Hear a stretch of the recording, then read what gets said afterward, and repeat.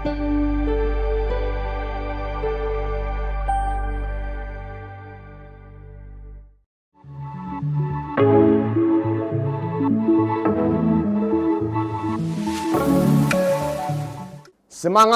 pagi Indonesiaku yang ada di seluruh tanah air, baik itu dari Sabang sampai ke Merauke.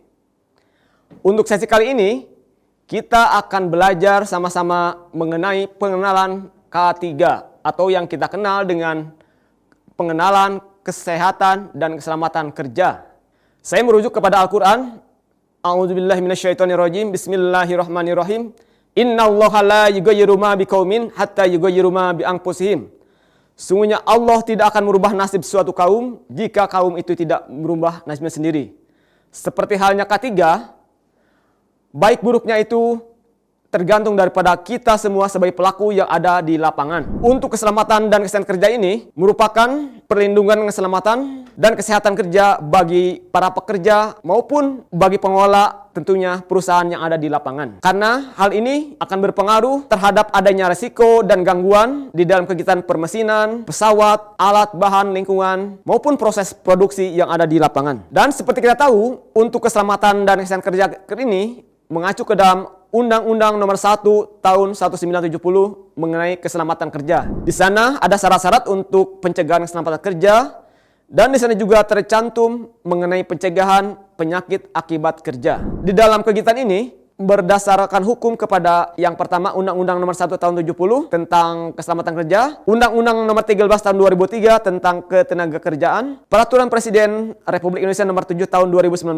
tentang penyakit akibat kerja dan sebagainya. Seperti kita ketahui, kesehatan kerja mempunyai peranan penting di dalam menjaga kesehatan tenaga kerja. Dan adapun faktor-faktor pendukungnya seperti cara makan yang sehat dan bergizi, pengaturan jam kerja yang tidak mengganggu kesehatan pekerja, sampai ke perlindungan atas penggunaan peralatan yang menimbulkan gangguan kesehatan. Dan untuk faktor-faktor yang mempengaruhi kesehatan dan produktivitas tenaga kerja, di sana kita selalu akan berbenturan dengan beban kerja, lingkungan kerja, maupun kapasitas kerja.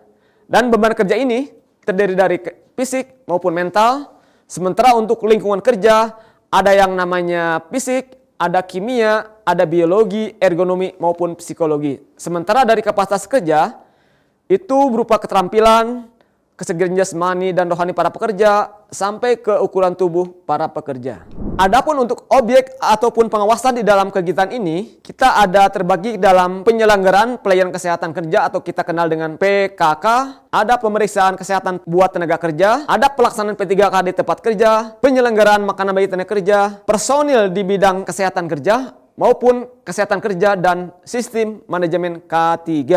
Untuk penyelenggaraan pelayanan kesehatan kerja ini, kita nanti akan belajar mengenai pengesahan, penanggung jawab, siapa pelaksana di lapangan, sarana apa saja, tata cara penyelenggaraan seperti apa, baik itu program maupun pelaporannya. Sementara kita untuk penanggung jawab, ini terbagi menjadi ada penanggung jawab seperti dokter, pemeriksa kesehatan tenaga kerja, maupun para pembantu kesehatan seperti halnya perawat ataupun pelayan medis di lapangan. Sementara untuk dokternya ini ditunjuk oleh pimpinan perusahaan maupun kepala instansi yang telah mendapatkan SKP sebagai dokter pemeriksa di lapangan. Adapun untuk pelaksananya terdiri dari harus bisa mengikuti pelatihan Hiperkes, baik itu dokter atau perawat medis, kemudian begitu pula dengan para tenaga administrasinya. Sementara untuk sarana yang digunakan, baik itu sarana dasar maupun sarana penunjangnya, itu harus memenuhi syarat-syarat sebagai sarana penyelenggaraan PKK. Sementara untuk tata cara penyelenggaraan PKK, ini terbagi dalam beberapa hal dan bisa dibaca di dalam Permenaker Trans nomor 3 tahun 1982. Adapun untuk program pelayanan kesehatan kerja, ini bisa berupa program atau kegiatan yang komprehensif dan sementara untuk tugas-tugas pokoknya pelayanan kesehatan, ini bisa berupa pemeriksaan kesehatan tenaga kerja, pembinaan dan pengawasan penyesuaian pekerja terhadap tenaga kerja, pembinaan dan pengawasan lingkungan kerja maupun pengawasan saniter, sampai ke perencanaan terhadap tenaga kerja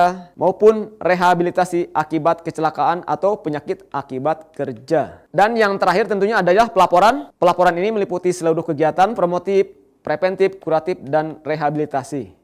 Kemudian kita beranjak ke pemeriksaan kesehatan tenaga kerja. Mengapa hal ini harus dilakukan? Karena bertujuan agar kita bisa memantau tenaga kerja itu. Bisa saat di awal dia masuk, saat periodik, ataupun saat khusus. Untuk pemeriksaan awal ataupun sebelum kerja, hal ini diterima pada saat tenaga kerja itu baru akan melamar suatu pekerjaan. Adapun mekanismenya terdiri dari perencanaan, pelaksanaan, sampai ke pelaporan dari hasil pemeriksaan kesehatan itu sendiri.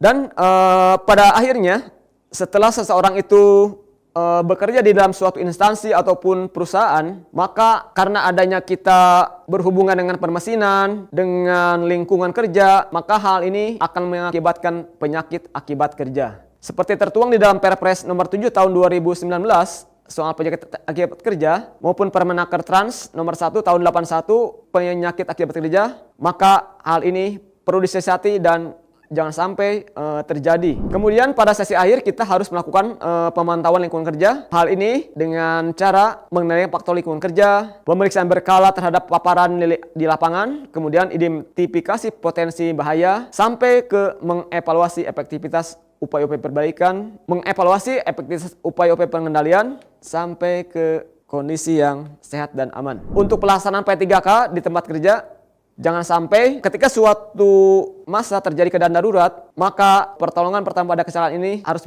dilakukan pada korban sehingga pekerja itu lebih cepat untuk ditolong. Dan hal yang harus kita lakukan juga di lapangan yaitu harus menyediakan ruang P3K. Ruang P3K ini diwajibkan jika kita memperkerjakan satu orang lebih, maka hal itu harus kita siapkan di lapangan. Kemudian kita juga harus menyediakan kotak P3K, bisa berisi kaca steril, kemudian ada plester, ada kapas, gunting, dan lain sebagainya. Untuk menjaga agar kesehatan para pekerja ini menjadi sehat, maka kita harus menyelenggarakan makanan bagi tenaga kerja, baik itu di dalam penyediaan ruang makannya, penyelenggaraan kantin, penyelenggaraan makanan melalui perusahaan catering, dan lain sebagainya. Kemudian perusahaan juga harus menyiapkan personil di bidang kesehatan tenaga kerja, dan pada poin akhir yaitu kesehatan kerja SMK 3, maka ada yang namanya seleksi dan penempatan personil. Kemudian disiapkan juga pertolongan pertama pada kecelakaan. Dengan hal ini diharapkan petugas P3K lebih terlatih dan ditunjuk sesuai dengan peraturan yang berlaku. Saudaraku, di sesi terakhir ini saya Riki Nugraha mengucapkan terima kasih kebersamaan kita selama beberapa saat ini. Mudah-mudahan bermanfaat. Kalaulah ada jarum yang patah, jangan simpan di dalam peti. Kalaulah ada kata dan ucapan yang salah, jangan simpan di dalam hati. Demikian, Assalamualaikum warahmatullahi wabarakatuh.